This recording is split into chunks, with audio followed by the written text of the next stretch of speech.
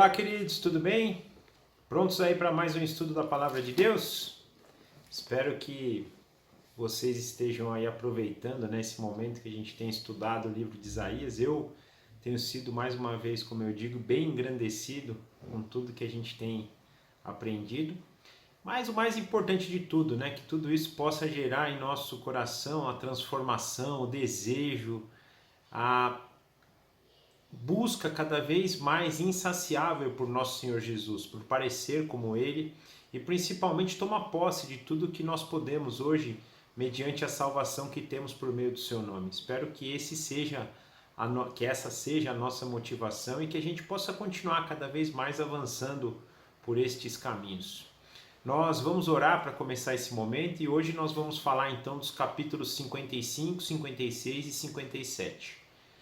Papai, obrigado por mais uma semana, o Senhor nos abençoar, nos dirigir, nos proteger, nos fazer parecidos ainda mais com o seu Filho.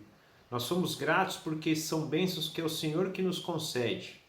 Tudo isso que nós hoje somos, fazemos, tudo que nós somos já mesmo antes da nossa conversão e tudo que somos hoje, depois que pudemos ser alcançados pela sua graça e pelo amor de Cristo, nós devemos ao Senhor. É o Senhor que age em nós, é o Senhor que permite que possamos então estar nesses caminhos. Muito obrigado por tudo isso, obrigado pela vida, obrigado pela semana, obrigado pelo trabalho que o Senhor nos tem dado, pelo sustento, também pela comunhão com irmãos. Somos gratos por isso também. E humildemente agora pedimos que o Senhor nos dirija por meio do seu Santo Espírito, porque nem no falar, nem no ouvir nós conseguimos fazer de forma clara e na verdade, se não for por meio do seu Santo Espírito. Então que Ele possa nos encher agora, nos dirigir por aquilo que o Senhor espera, que nós possamos aprender com essas passagens, que mais uma vez isso traga transformação em nosso coração, nos conformando com a imagem do nosso Senhor Jesus, para a honra, glória e louvor do Teu santo nome. Nós entregamos esse momento nas Tuas mãos e Te agradecemos em nome do nosso Senhor Jesus. Amém. Bem, gente, então nós vamos continuar dentro daquele trecho, né, que a gente começa lá no capítulo 49 e vai até o 57, na verdade terminando então esse bloco, que fala muito da questão da obra de sofrimento, do servo sofredor. E desde o 54, que nós terminamos a semana passada, e agora avançando no 55, 56 e 57, nós vamos perceber muito das consequências que a obra de Cristo vai produzir, então, que todo esse sofrimento que ele tem na primeira vinda, para que nós não carregássemos esse sofrimento, na verdade, o sofrimento que estava destinado a nós, pela nossa desobediência, pelo nosso pecado, então ele levando isso sobre ele para que pudesse nos justificar e agora então nós pudéssemos ter e ser alcançados por tudo isso que nos é prometido. Mais uma vez é o próprio Evangelho, né?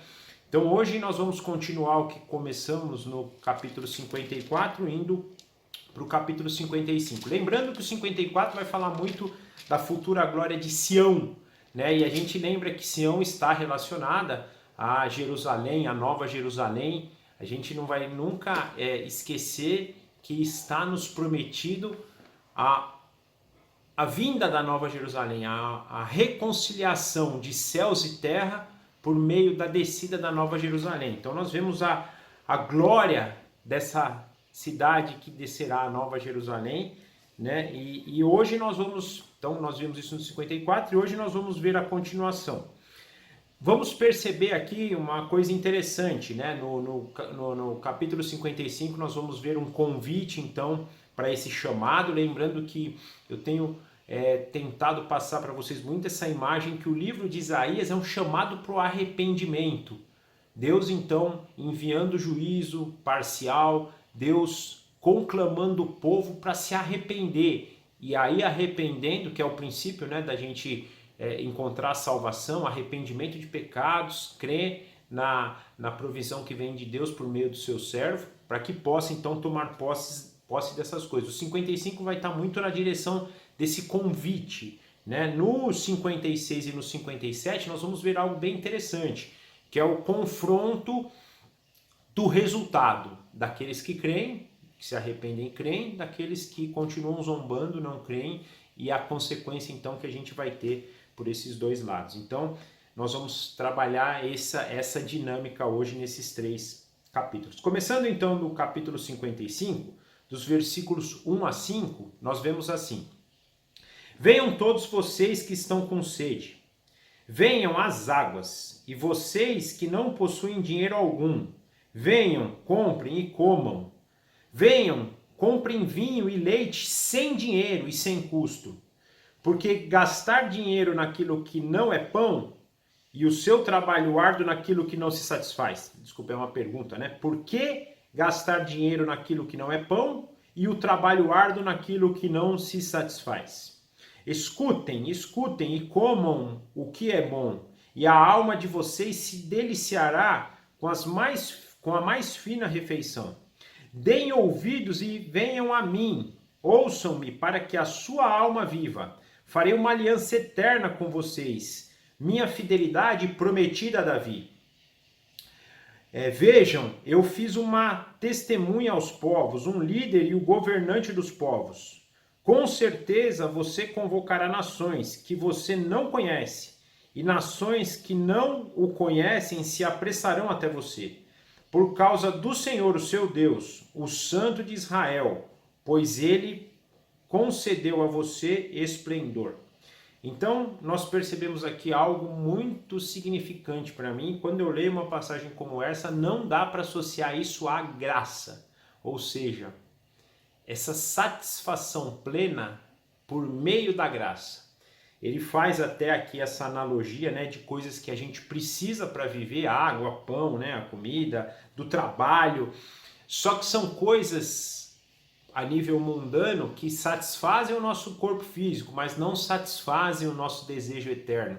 Não satisfazem aquilo para que fomos criados, que é encontrar satisfação no próprio Deus, para a honra e glória do nome dele. E isso nos é dado de graça, você não precisa pagar. E aqui, gente, é um dado bem legal para a gente ter em mente.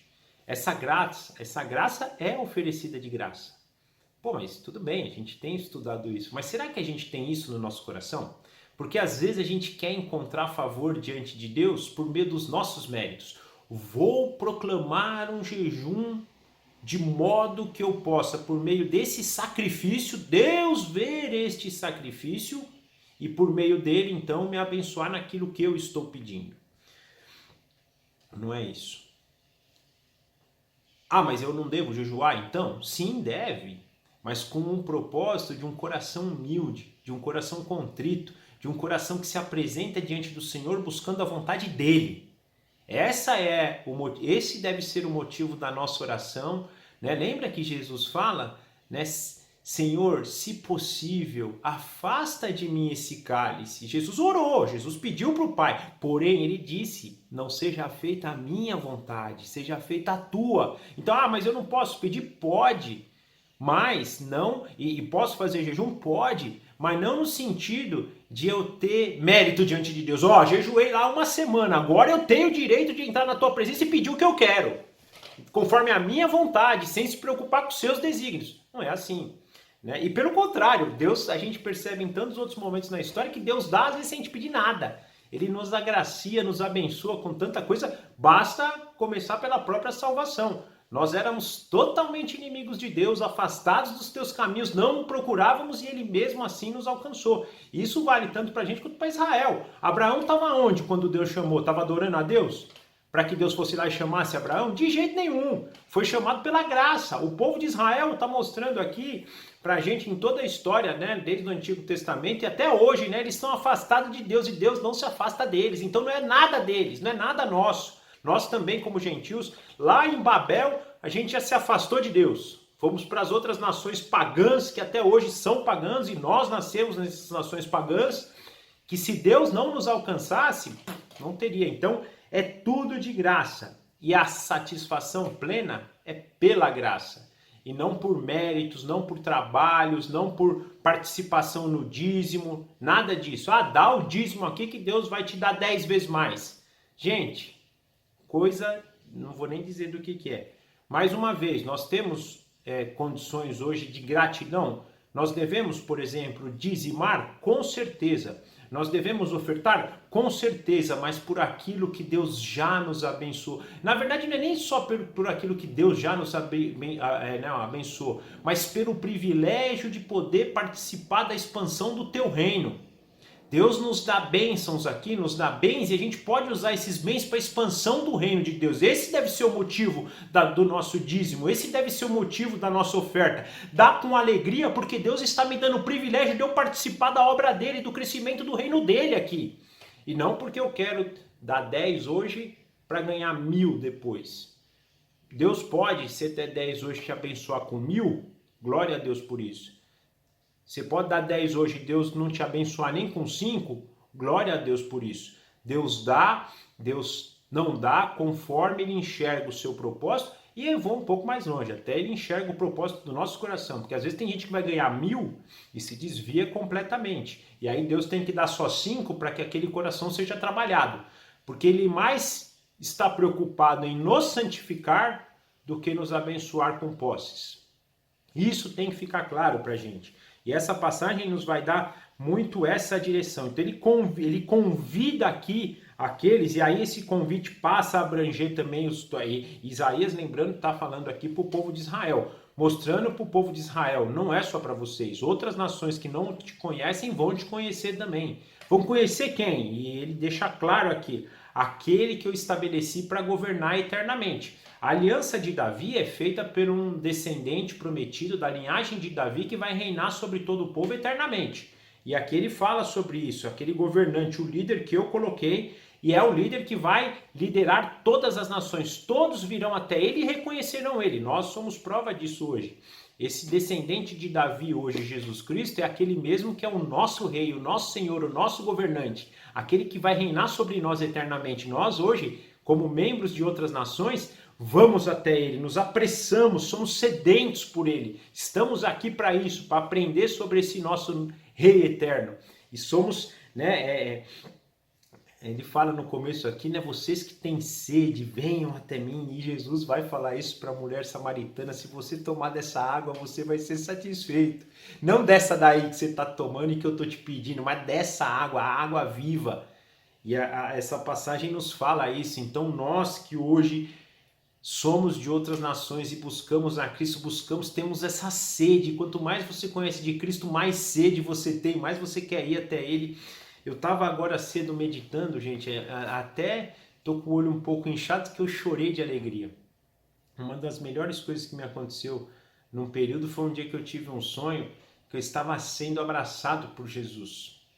Um sonho que até hoje eu falo, queria de novo, que não tem lugar melhor no mundo, não tem, e a gente tem que buscar isso cada vez mais. Então essa passagem acho que vai nos direcionar muito por isso, Avançando aqui do 6 6 e 7, Busquem o Senhor enquanto é possível achá-lo, clamem por ele enquanto está perto. Que o ímpio abandone o seu caminho e o homem mau os seus pensamentos. Volte-se ele para o Senhor, que terá misericórdia dele. Volte-se para o nosso Deus, pois ele dá de bom grado o seu perdão. Reforçando o chamado, agora tem dado importante aqui, busque-se enquanto é possível achar. Se tem esse termo, enquanto é possível achar, um dia essa paciência acaba. Deus é longânimo, Deus é infinito no seu amor, porém, uma hora a sua justiça tem que ser executada, porque ele também é justo eternamente. E ele tem um ponto, e é importante a gente saber que um dia esse ponto chega. Por isso, busque enquanto ainda não chegou o ponto. Porque se chegar esse ponto, e aí eu vou aqui fazer uma coisa importante, gente, é nessa vida. Não acreditem que a gente eu penso que a gente tem que tomar um cuidado, e aqui pode ser que tenham espíritas olhando aqui, não vou entrar no mérito sobre ressurreição ou não, reencarnação ou não, eu não creio pela Bíblia, a Bíblia nos diz que só nos cabe morrer uma vez, mas indiferente do que vocês creem, quem sou eu para entrar na crença de vocês, eu só falo uma coisa. Às vezes é melhor a gente tomar cuidado para deixar para amanhã o que se pode fazer hoje, porque se vocês estiverem certos no amanhã, ok, vocês podem ter uma segunda chance, mas e se vocês não tiverem certos? E se não tiver uma segunda chance? Então, se você pode ter uma primeira chance hoje, use dessa chance hoje. Não deixe para amanhã o que você pode fazer hoje.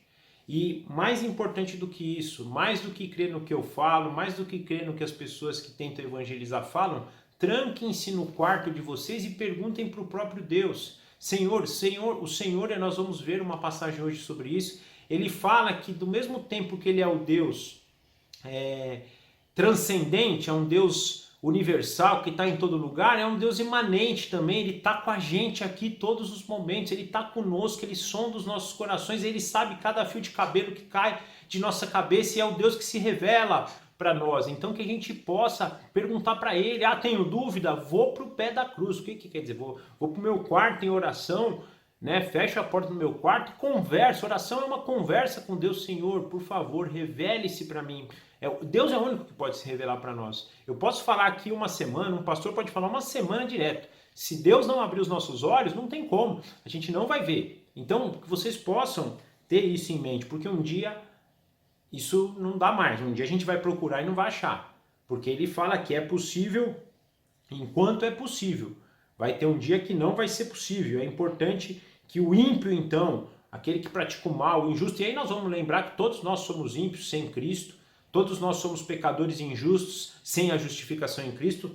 Procurem isso, porque essas misericórdias Deus dá de graça. Porém, você precisa ter o teu olho aberto. Você precisa conhecer Cristo. Vem de graça. E aí tem uma coisa que não vale aqui, porque é uma teologia um pouco mais profunda, que é o próprio Deus que se abre e se revela para nós. Mas para nós hoje fica a lição que procuremos a Ele enquanto se pode achar no nosso interior, no nosso secreto. Senhor, por favor, se revela, me dê a salvação que só o Senhor pode me dar e a verdade que só o Senhor pode me dar. Isso é importantíssimo. Agora avançando do 6 até o 13, pois os meus pensamentos não são os pensamentos de vocês, nem os meus caminhos nem os seus caminhos são os meus caminhos, declara o Senhor. Assim como os céus são mais altos do que a terra, também os meus caminhos são mais altos do que os seus caminhos, e os meus pensamentos mais altos do que os seus pensamentos. Assim como a chuva e a neve descem dos céus e não voltam para eles sem regarem a terra e fazer brotá-la e florescer, para ela produzir sementes para o semeador e pão para o que come, assim também ocorre com a com a palavra que sai da minha boca. Ela não voltará para mim vazia, mas fará o que desejo e atingirá o propósito para qual a enviei. Vocês sairão em júbilo e serão conduzidos em paz. Os montes e colinas irromperão em cantos diante de vocês, e todas as árvores do campo baterão palmas.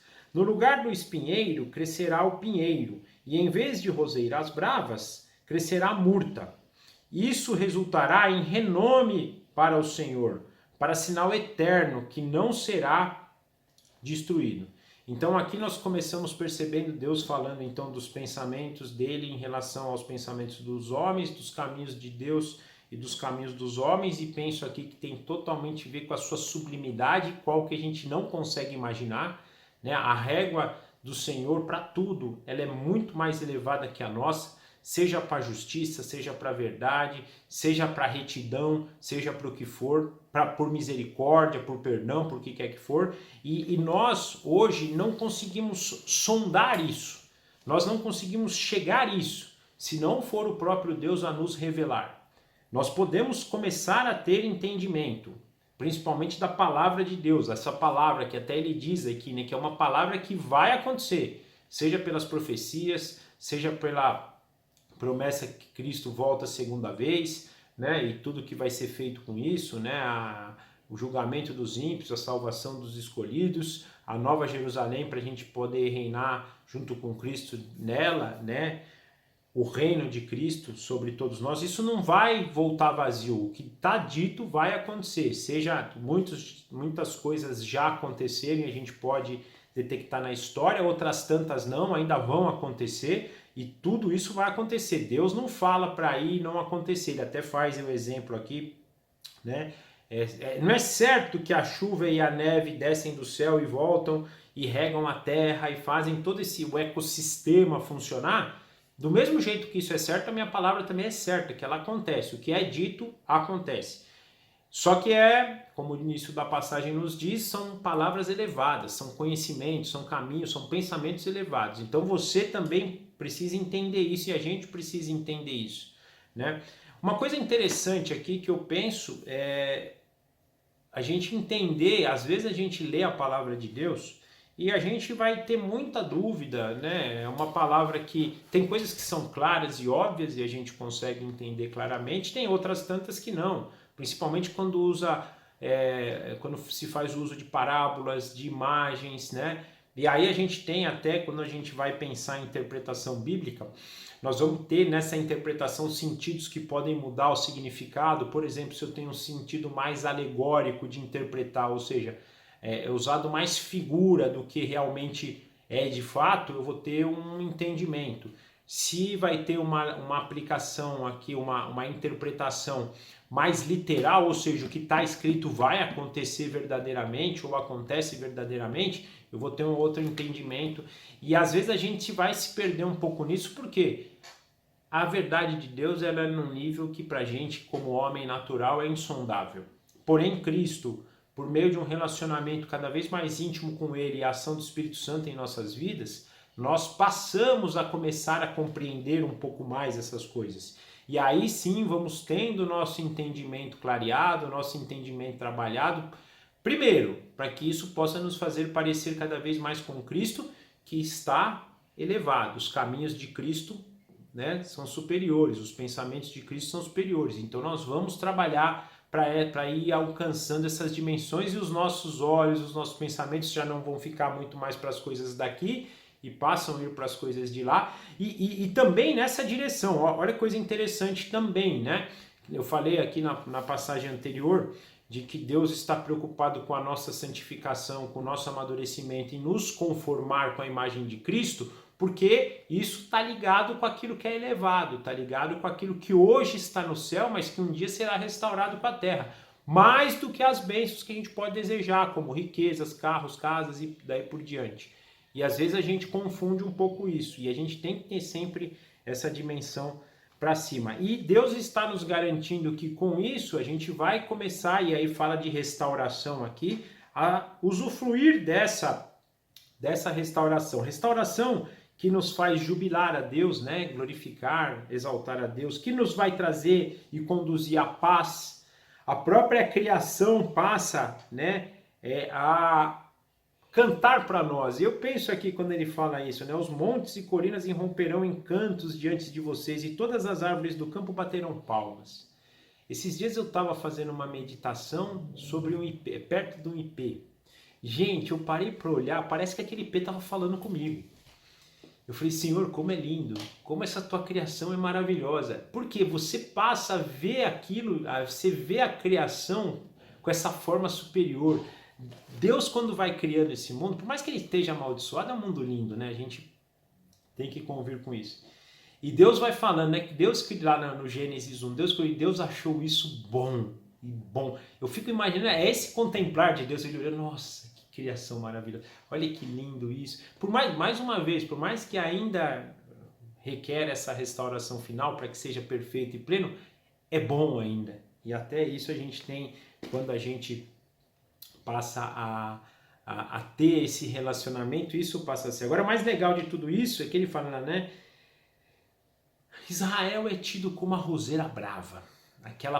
E aí, quando fala que é esse contraste de roseira brava e murta, então, ao invés, né, de crescer a roseira brava, vai crescer a murta, ao invés de crescer o espinheiro, vai crescer o pinheiro, e aí Deus em outros momentos usa esse termo roseira brava para Israel, porque Israel era um povo obstinado, era um povo resistente, somos nós, né? Então, no lugar dessa resistência que nós temos de Deus, desse querer afastar, pelo contrário, agora nós vamos querer viver isso, nós vamos querer estar com Deus todos os momentos, glorificar o nome dele, viver para a glória do nome dele. Acho que essa transformação também vai trazer isso, né? A desobediência se transformando em obediência, a resistência se transformando em comunhão, em proximidade, em humildade, para que a gente possa caminhar agora, né, por caminhos mais justos, mais retos, mais tranquilos. Tudo isso por quê? Porque nós passamos a ter a presença do próprio Espírito em nós, de modo que o Espírito nos vai transformar dessa forma e nos vai fazer, né, caminhar por esses caminhos. E tudo isso para quê? Para a glória do nome de Deus, para que o nome de Deus seja reconhecido eternamente, que a eternidade reconheça a glória de Deus pela transformação que Ele traz para as nossas vidas. Glória que nunca será destruída, que nunca será, né, que não vai voltar vazia. Deus já determinou isso, então isso vai acontecer, não vai voltar vazio. Então nós fechamos aqui o capítulo 55, avançando no capítulo 56, do versículo 1 ao versículo 3. Assim diz o Senhor: mantenham a justiça e pratiquem o que é direito, pois a minha salvação está perto, e logo será revelada a minha retidão. Feliz é aquele que age assim, e o homem que nisso permanece firme, observando o sábado para não profaná-lo, e vigiando a sua mão, para não cometer nenhum mal. Que nenhum estrangeiro se disponha a unir-se ao Senhor. Aliás, eu vou ler só até o 2, eu vou depois ler o 3 e o 4, daí eu vou ler até o 8, que aí vai falar dos estrangeiros. Mas ele fala aqui no 1 e o 2 uma coisa interessante, aí ele vai trazer agora, andem em justiça, andem em retidão, guardem a minha lei, né? Aí quem lê isso isoladamente, se você pegar esse trecho aqui e falar, poxa, então quer dizer, depende de mim. Depende de eu andar em retidão, depende de eu andar em justiça. Agora, a gente não pode esquecer que essa passagem então vem depois do capítulo 55, que faz o convite para irmos até Deus, para que Ele nos capacite, para que Ele transforme. Olha só, e a gente vai depois desse negócio da roseira brava sendo transformada em murta, do espinheiro, então Deus transformando a nossa vida, e por meio dessa transformação e da habitação do Espírito Santo eu passo a praticar essas coisas. Eu sou feliz, então feliz é o homem que age assim, por quê? Porque agora tem o próprio Deus capacitando ele para guardar o sábado. Aqui, quando eu penso em guardar o sábado, que ele fala aqui, é o seguinte, para você ser obediente àquilo que Deus está te pedindo. Então, você agora vai andar por retidão, você vai andar em justiça, você vai andar conforme aquilo que eu determino, porque agora você tem uma aliança comigo. Você está dentro dos escolhidos, daqueles que eu tirei do mundo, trouxe para mim e agora capacito para andar por esses caminhos. Porque se a gente lê isso isoladamente, a gente vai cair no legalismo de novo. Entendendo que, beleza, então para eu ser salvo, na verdade eu preciso guardar o sábado. Para eu ser salvo eu preciso andar em justiça. E gente, se a gente buscar isso pelos nossos méritos, seremos os mais infelizes e não felizes. A gente não consegue, é impossível. Pelo menos eu vou dar a minha experiência. Não consigo. Se Deus não der capacidade para a gente andar por esses caminhos, que é o que ele diz anteriormente, e uma capacidade que vem de graça e pela graça, é impossível. Então, essa passagem nos diz isso. Feliz é o homem que anda assim agora. Por quê? Porque ele foi alcançado pela graça. Quem é verdadeiramente alcançado pela graça, começa a desenvolver essas atitudes e passa a ser um bem-aventurado. Feliz aqui, como diz, né? E aí ele continua agora, nós vamos ler do 3 até o 8, né? E diz assim: pois assim diz o Senhor, aos eunucos que guardam os meus sábados, que escolherem o que me agrada e se apegarem à minha aliança, a eles darei dentro do meu templo e dos seus muros um memorial e um nome melhor do que os filhos e filhas, um nome eterno que não será eliminado. E os estrangeiros que se unirem ao Senhor para servi-lo, para amarem o nome do Senhor e prestar culto todos os que guardarem o sábado, deixando de profanarem, e que se apegarem à minha aliança, esses eu trarei ao meu santo monte, e lhes darei alegria em minha casa de oração. Seus holocaustos e sacrifícios serão aceitos no meu altar, pois a minha casa será chamada casa de oração para todos os povos. Palavra do soberano, do Senhor, daquele que reúne os exilados de Israel. Reunirei ainda outros, aqueles que já foram reunidos. Então aqui nós percebemos claramente, por meio da profecia de Isaías, o chamado dos gentios, os chamados de nós, que hoje não fazemos parte da descendência física de Abraão.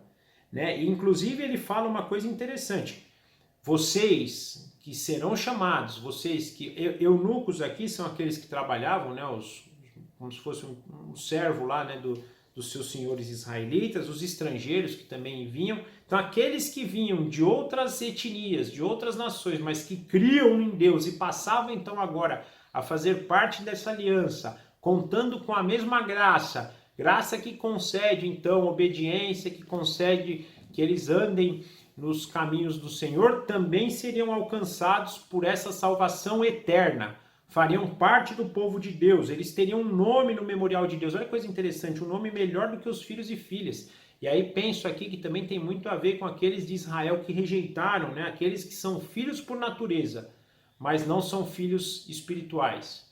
Nasceram da descendência de Abraão, mas nunca herdarão o reino eterno. Nós seremos participantes da mesma aliança, participantes eternamente do mesmo governo, com o mesmo governador, aquele que vem para reinar sobre tudo e sobre todos eternamente. Então, um chamado claro aqui para os gentios, para nós que hoje não nascemos da descendência de Abraão, que somos estrangeiros, mas que também somos por Deus convidados para fazer parte dessa aliança. Lembrando, isso acontecendo 600, 700 anos antes da vinda de Cristo, que inaugura então essa possibilidade efetiva de outros povos fazer parte do povo de Deus. Existiam povos no Antigo Testamento que fizeram, povos antes, por exemplo, de Abraão, os ninivitas, por exemplo, que Jonas pregou e se converteram e também fazem parte do povo de Deus, alguns da Babilônia, por exemplo, Nabucodonosor, que também acreditamos que se arrependeu e fazem parte hoje do povo de Deus, mas efetivamente isso vai ter uma aplicação real em Cristo, depois de Cristo, a sua obra na cruz, com a instituição da igreja, e aí então o evangelho alcançando primeiro os israelitas, mas depois os gregos. Primeiro, como a gente viu no estudo de Atos, né? Primeiro o povo ali da região que vivia Cristo, depois todos os povos, raças, tribos e nações, e esse é o chamado da grande comissão de Cristo, em Mateus 28, né? Portanto, ide agora e proclamar esse evangelho para todos os povos, raças, tribos e nações, ou seja, está inaugurado um chamado universal, um chamado para todos os povos. Então esse é o objetivo desse início dessa passagem aqui, do versículo 1 ao versículo 8. Agora do versículo 9 ao versículo 12. Venham todos vocês, animais do campo, todos vocês, animais da floresta, venham comer. As sentinelas de Israel estão cegas e não têm conhecimento. Todas elas são como cães mudos, incapazes de latir. Deitam-se e sonham, só querem dormir. Não são cães devoradores insaciáveis, são pastores sem entendimento. Todos seguem seu próprio caminho, cada um procura a vantagem própria. Venham, cada um grita, tragam-me vinho, bebamos nossa dose de bebida fermentada, que amanhã será como hoje, e até muito melhor. Gente, essa passagem ela é difícil. O título que tem aqui na nossa Bíblia é Acusação de Deus contra os ímpios. Porém, ao ler essa passagem, eu entendo que está sendo uma mensagem clara para os líderes. E aí hoje eu incluo os líderes da igreja também, que caminham conforme os teus desígnios, a tua vontade, para satisfazer o teu apetite e não para proclamar o reino. Por que eu digo isso? Porque ele faz uma menção clara aqui, quando ele usa o termo sentinelas de Israel, os líderes, aqueles que são cegos. E Jesus vai falar muito isso, vocês são cegos e querem guiar os outros cegos? Não dá. Basta ver lá quando Jesus veio, né, a liderança, os fariseus, os saduceus, totalmente cegos, não viram a salvação. Eu estava lendo ontem a passagem de Simeão, esperando Jesus no templo. E ele fala, os meus olhos viram a salvação. E os líderes não viram, são cegos, andavam. E aqui hoje, se a gente olhar para algumas lideranças de igreja, a gente fica sem palavras.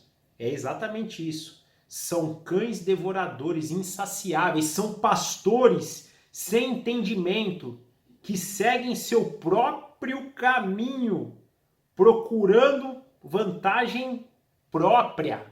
Ele fala, traga as coisas aqui para mim, para que nós possamos beber, e amanhã será como hoje, e até muito melhor. Traga, que você vai ver, amanhã é muito pior. Vai ser muito melhor. Caras que estão totalmente longe da verdade, totalmente afastados do evangelho de Cristo, totalmente descompromissados em levar o povo à santidade, à justiça, à adoração, à comunhão, a um relacionamento com Deus, com o próprio Deus. Estão preocupados só com isso. Inclusive, se você fala que não está seguindo eles, gente, o cara te joga a maldição até... se você não vir na minha igreja, você vai ser amaldiçoado, você não vai fazer isso. Um absurdo. Como se o nosso relacionamento com Deus dependesse de alguma igreja, dependesse de algum pastor, dependesse de algum líder. O nosso líder é Jesus Cristo. Nós devemos seguir Jesus Cristo no nosso quarto, no nosso íntimo. Podemos ter pessoas mais maduras na fé, pastores, estudiosos, isso é fantástico, são bênçãos que Deus nos dá e nós devemos usar devemos usar no sentido, né, não usar as pessoas, mas assim, o que eles nos falam para o nosso engrandecimento, para o nosso crescimento, mas isso não pode substituir o nosso relacionamento com o nosso pastor. O nosso relacionamento com Cristo é individual. Vai ter momentos coletivos, quando a gente participa do culto, participa da ceia, tudo isso são bênçãos que Deus nos dá para a gente fazer coletivamente, mas não substitui o nosso convívio pessoal. É igual nós com a nossa família. Você vai ter um convívio individual com a sua esposa e vai ter um convívio individual com a esposa e com os filhos. Vai ter um convívio individual com o filho, mas vai ter com os outros filhos e com a esposa. Isso é a natureza de uma família. Uma coisa não substitui a outra. Se você ficar só tendo um convívio individual com uma pessoa, você vai esquecer as outras. E vice-versa. Se tiver só coletivo, você nunca vai se aproximar com essa pessoa. E é a mesma forma aqui. E esses cães devoradores, não, é comigo. Eu oro por você, a minha oração faz sentido na tua vida. A tua oração lá no teu quarto não é igual à oração que eu faço aqui. Cão devorador. Vem aqui, me traz o dízimo que você vai ganhar 10 vezes. Cão devorador. Se você não frequentar essa igreja, você não é abençoado. Cão devorador. Essa passagem para mim tem a ver com isso. E não com o que esse título diz, acusação de Deus contra os ímpios. Vai falar também, e tem a ver um pouco com os ímpios, porém, muito mais focados com aqueles que são chamados para liderar, mas que na verdade não lideram para Cristo. Lideram para o seu próprio umbigo. E a gente deve tomar cuidado com isso, todos nós também. Cristo vai nos abençoando, vai nos dando, né, sabedoria, vai nos dando entendimento, e a gente tem que ter cada vez mais humildade, entendendo que isso não vem de nós, vem do próprio Cristo, e Cristo dá para qualquer um, e Cristo se revela. A gente viu que os planos dele são muito mais elevados do que o nosso, e a gente só vai conseguir buscar isso quando ele próprio nos tirar a cegueira. E ele só nos vai capacitar cada vez mais com isso a partir do momento que a gente desenvolve um relacionamento pessoal com ele. Não é sobre nós, gente. É sobre ele. Não é sobre qualquer pastor, qualquer líder, é sobre ele. A nossa vida deve estar pautada nele. Se vocês pautarem a sua vida em um pastor, se vocês pautarem a sua vida nesse encontro que nós temos, vocês estão alicerçando a casa de vocês pior do que na areia. Pior do que na areia. A casa só pode ser alicerçada sobre a rocha que é Jesus Cristo. E nada substitui essa rocha. Se o relacionamento não for com Cristo, vocês são as pessoas mais infelizes do mundo. Se o relacionamento não for com Cristo, eu sou a pessoa mais infeliz desse mundo. Agora, se estamos alicerçados na rocha, se somos amigos do noivo, se somos amigos do rei, gente, esquece, bem-aventurados somos, felizes somos, porque aí fomos aquele que é a única fonte da paz, a única fonte do contentamento, a única fonte da vida eterna. Não tem outra fonte. E só abrangendo, eu falei aqui dos nossos livros, mas também outros. Quem se alicerça sobre Chico Xavier, desculpa, areia pura. Quem se alicerça sobre Maria, desculpa, areia pura. Quem se alicerça sobre Maomé, desculpa, areia pura. Não tem outra rocha. Não tem. Quem se alicerça sobre o Ellen White, areia pura. Não tem, não tem, não tem. A única rocha chama-se Jesus Cristo. Nos apeguemos isso, nos alicercemos sobre isso, que isso é o Evangelho, Jesus Cristo. Continuando, entrando agora no capítulo 57, agora falando do versículo 1 e versículo 2. O justo perece e ninguém pondera isso em seu coração. Homens piedosos são tirados e ninguém entende que os justos são tirados para serem poupados do mal. Aqueles que andam retamente entrarão na paz, acharão descanso na morte. Gente, olha que coisa. Eu fico sem palavra até por falar isso, né? Às vezes a gente pensa, uma pessoa morreu. Pô, mas ele era tão servo de Cristo.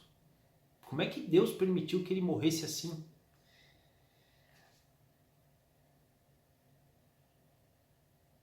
Homens piedosos são tirados e ninguém entende que os justos são tirados para serem poupados do mal. Às vezes Deus nos tira de cena para que o mal não nos alcance. Às vezes teremos que morrer nessa vida para encontrar paz.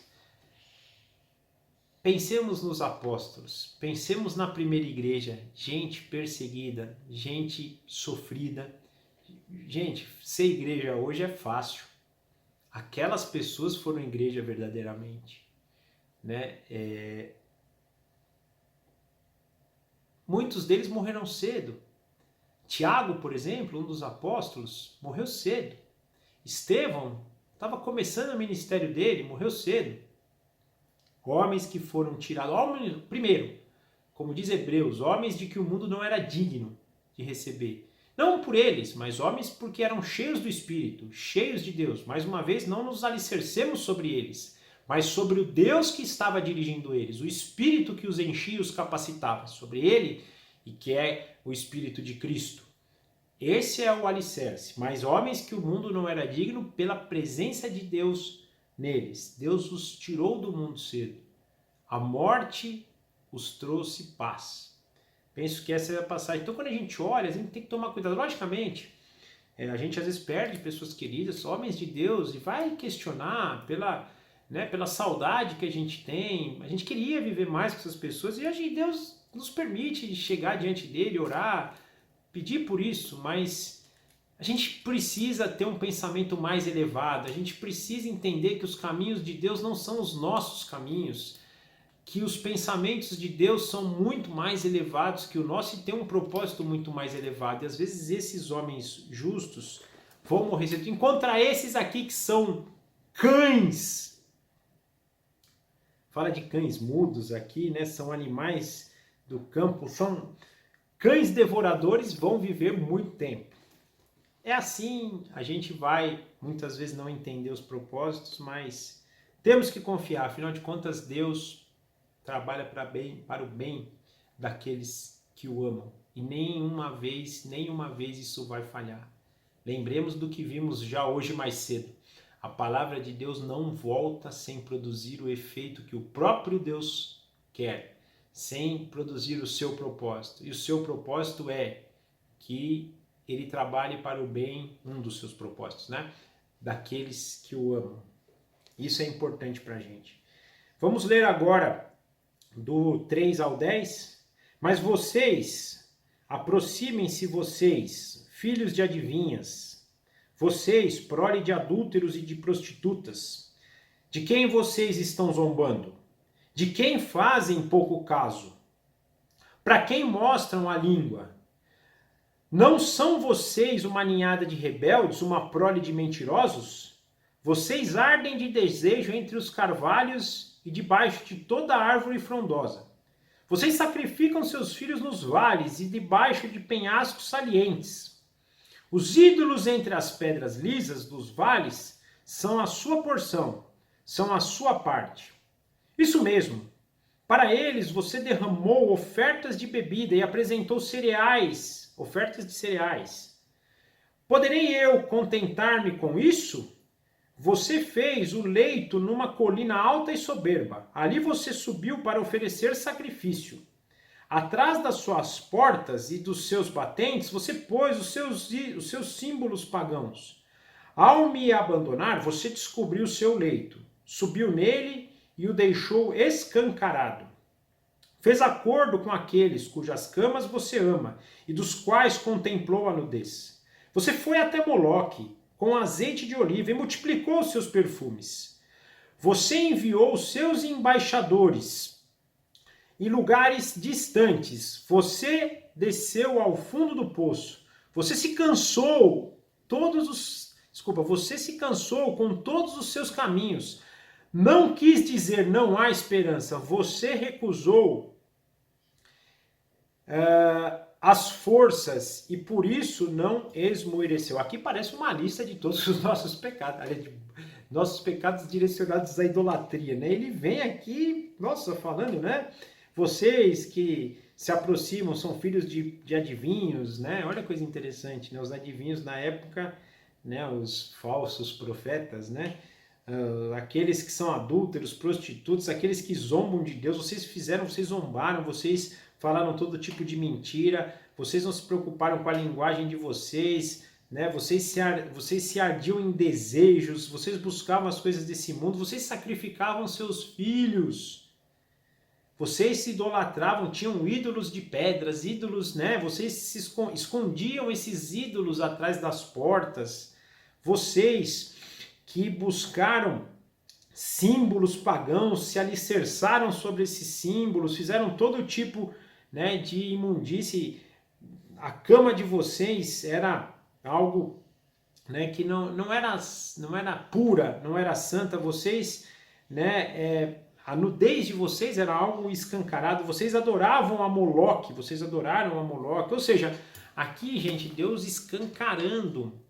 Parece que a gente falou da graça ali, agora aí sim uma acusação formal se naquele primeiro texto eu penso na acusação que ele está fazendo então para os líderes ali do povo de Israel, os líderes que foram escolhidos para proclamar a verdade de Deus, mas na verdade proclamavam os seus próprios caminhos, desejos e buscavam a sua glória.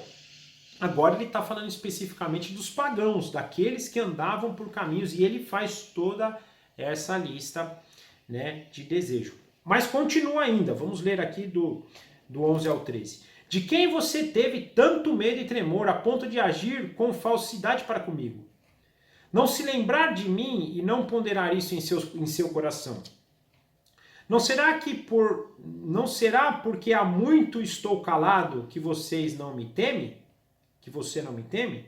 Sua retidão e sua justiça exporei, e elas não a beneficiarão. Quando você clamar por ajuda, e que a sua coleção de ídolos a salve. O vento levará todos eles, um simples sopro os arrebatará.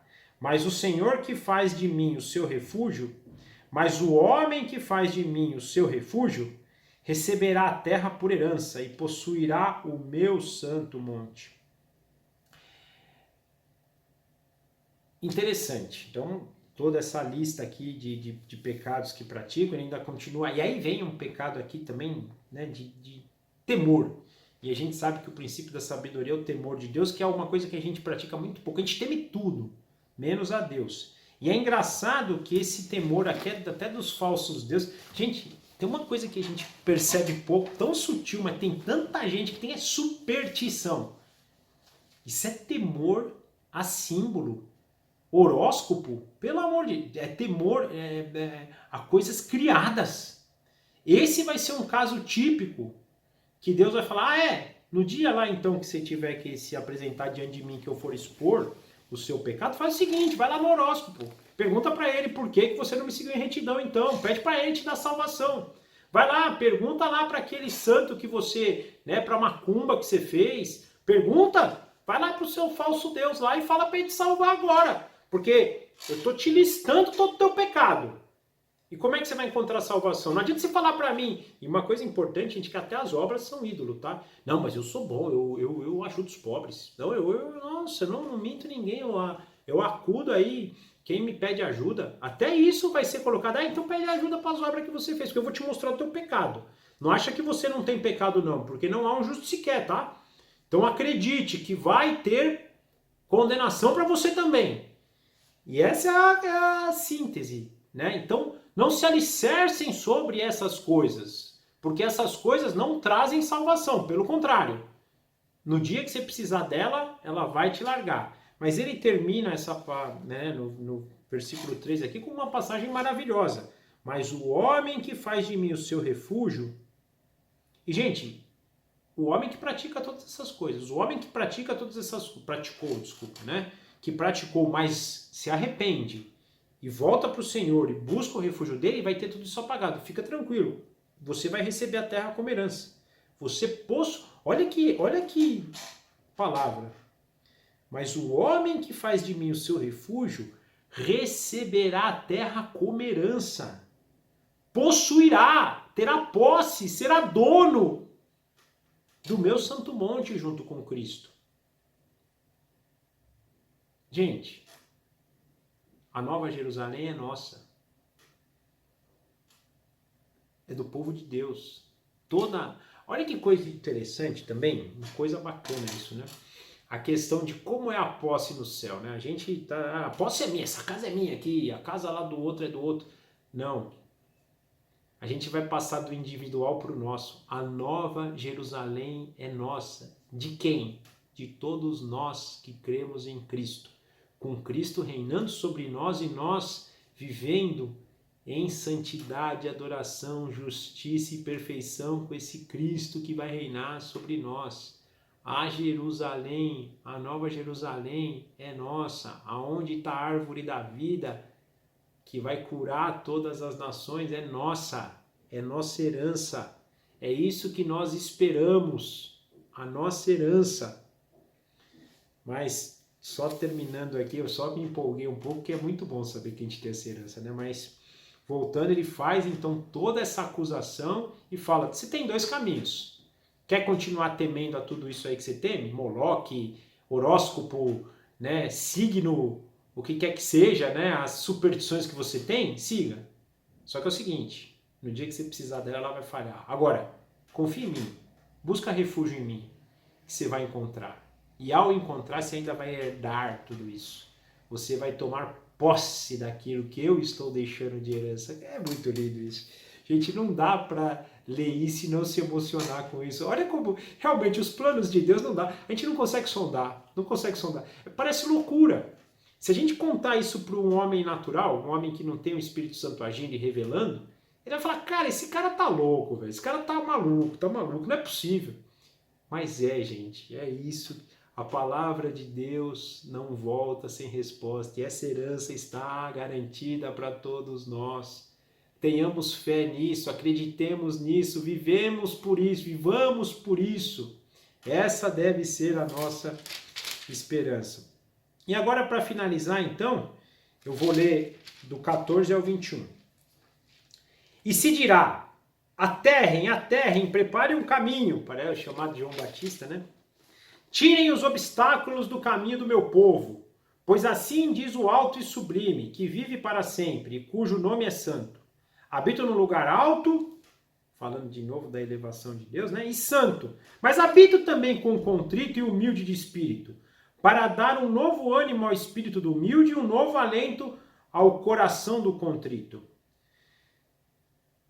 Gente, só fazendo antes de continuar, uma coisa interessante. Não percam nunca de mente, e essa passagem nos diz isso, essa questão de Deus ser o Deus majestoso que mede o universo na palma da mão, mas que também está conosco pessoalmente, conhece cada fio de cabelo que cai de nossa cabeça. Essa é eu tô fazendo um estudo que eles chamam isso de escândalo da particularidade, ou seja, a particularidade que Deus trata cada grão de areia, ou seja, cada um dos seus filhos, né? Deus, ele tá lá, mas tá aqui. Ele cuida de tudo através de lá, mas cuida do meu coração aqui dentro. O Espírito hoje que me anima, que me dá tranquilidade, humildade, paz, que me capacita, é o Espírito do próprio Deus que hoje habita dentro de mim. Então, o mesmo Deus elevado, altíssimo, soberano, às vezes aos nossos olhos intangível, é o Deus que está tangido aqui dentro, que vive aqui dentro, que nós podemos hoje ter este relacionamento pessoal. Isso, e não precisa ter ciúme, tá? Deus é tão grande que ele vai ter comigo, vai ter. A gente tem ciúme, né, das pessoas. Não, eu quero ele só para mim, não. Tem Deus para todo mundo. Tem Deus para todo mundo. 16. Não farei litígio para sempre, nem permanecerei irado, porque senão o espírito do homem esmoireceria diante de mim, ou seja, o homem não suportaria, né? Bem como o sopro do homem que eu criei. Por causa da sua cobiça perversa, fiquei indignado e o feri. Fiquei irado e escondi o meu rosto. Mas ele continuou extraviado, seguindo os caminhos que escolheu. Eu vi os seus caminhos, mas vou curá-lo. E eu o guiarei e tornarei dar-lhe consolo, criando louvor nos lábios dos pranteadores de Israel. Paz, paz aos que de longe e aos que de perto, diz o Senhor. Quanto a ele, eu o curarei. Mas os ímpios são como o mar agitado, incapaz de sossegar e cujas águas expelem lama e lodo. Para os ímpios não há paz, diz o meu Deus. Então a gente termina o capítulo 57, essa sessão que a gente disse aqui da obra de Cristo, mostrando a obra em si de sofrimento, mas a glória e o resultado dessa obra, com essa passagem maravilhosa. A minha Bíblia, que é a NVA, ela dá aqui o texto como consolação aos contritos, né, mostrando principalmente para os humildes, para aqueles que realmente voltam para Deus, lembrando que isso também parte do próprio Deus para nós, o que nos deve ser motivo de muito louvor e adoração para Deus, termos essa humildade de reconhecer o quanto precisamos dele, o quanto, né, precisamos ser contritos e humildes de espírito para que possamos ter posse disso. Ele traz essa consolação, nos alicerçando sobre ele, para que no sofrimento, para que na perseguição, e lembrando mais uma vez que essa carta tem um propósito de alcançar também aquele povo que ia estar exilado, ele fala aqui dos exilados, que um dia viria a salvação. Para nós hoje, que vivemos todos os tipos de sofrimento, de tribulação, de angústia, de separação, um dia virá a salvação. Deus vai unir todos nós na Nova Jerusalém, que ele nos dá como posse, onde estaremos todos nós reunidos para viver com o próprio Deus. Deus estará conosco ali, reinando sobre nós, mas vivendo conosco. Esse vai ser o grande propósito. E é o próprio Deus que nos garante que se consolem, fiquem tranquilos, que eu mesmo estou garantindo isso com vocês. Isso é muito importante. Mas o versículo 21 é um chamado aqui para quem não crê nisso ainda, para quem não conhece isso ainda. Para os ímpios não há paz, diz o Senhor. Ele falou aqui anteriormente que às vezes ele traz muitas tribulações para produzir algo em nosso coração e nos aproximar de Deus, para que sejamos contritos, né? E contritos e humildes de espírito possamos nos achegar a Deus. Ele nos dá essa chance. Mas para o ímpio, que ainda não reconhece e que não quer reconhecer isso, não há paz. Então, gente, para quem ainda não conhece Cristo como Senhor e Salvador de sua vida, para quem ainda com humildade, com contrição, com arrependimento, não se entregou para Ele, pedindo perdão e confessando que só pode ser perdoado por meio da sua obra na cruz, é uma oportunidade para se reconciliar com Deus, para colocar o pesado fardo que você carrega hoje para Cristo, que Ele te dará um fardo leve, Ele te dará paz, Ele te dará a direção de uma nova vida. Uma vida que hoje é uma vida guiada pelo Espírito, em comunhão com Deus, em esperança para aquilo que nos é proposto eternamente. Que vocês possam ter essa leitura, que vocês possam encontrar isso. E aqueles que já encontraram, que já vivem com Cristo, gozem dessa paz. Pode parecer difícil, nós vivemos num mundo que jaz no maligno, que nos traz muita insegurança, muita tribulação, muitas brigas, mas em Cristo nós podemos encontrar a paz. Então que a gente possa encontrar por meio de Jesus Cristo a paz, e essa passagem é uma menção e uma direção para nós nesse caminho. Amém?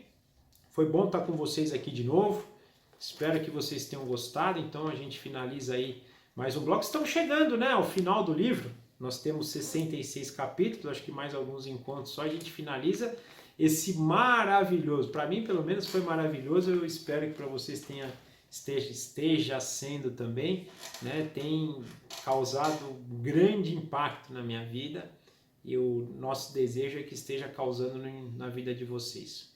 Eu vou orar então finalizando e amanhã, na próxima semana, a gente se encontra de novo.